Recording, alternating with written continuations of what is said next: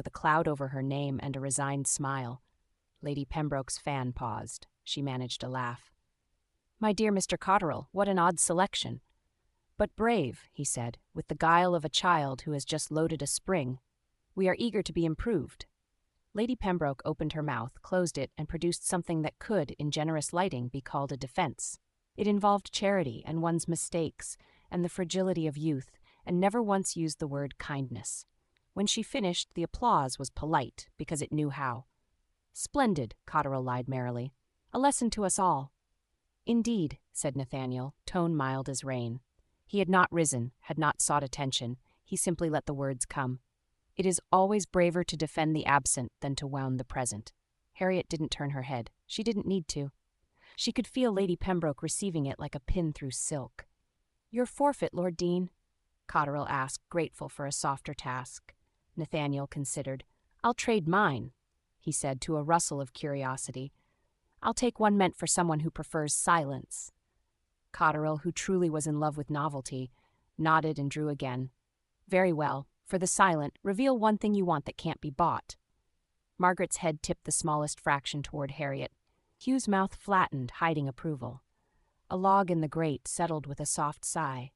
Nathaniel's answer came without performance. "Permission," Cotterell blinked. "To what?" "To be known," he said. There it was again.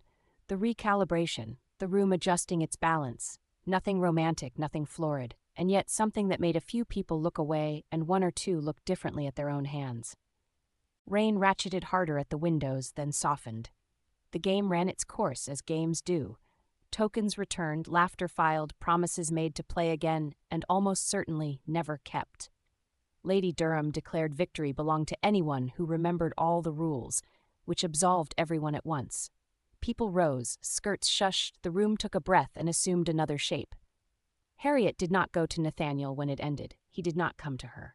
They obeyed the law they had made in the U-walk. Don't startle the thing you've chosen.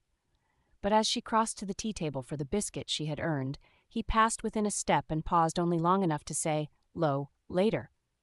"Later," she returned, eyes on the plate, and took 2 biscuits for her trouble. Margaret slid in beside her with a glass of sherry. "You were wicked," she said, pleased.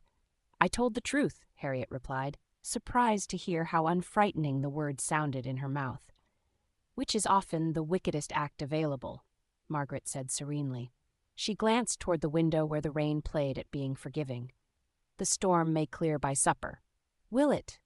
Harriet asked.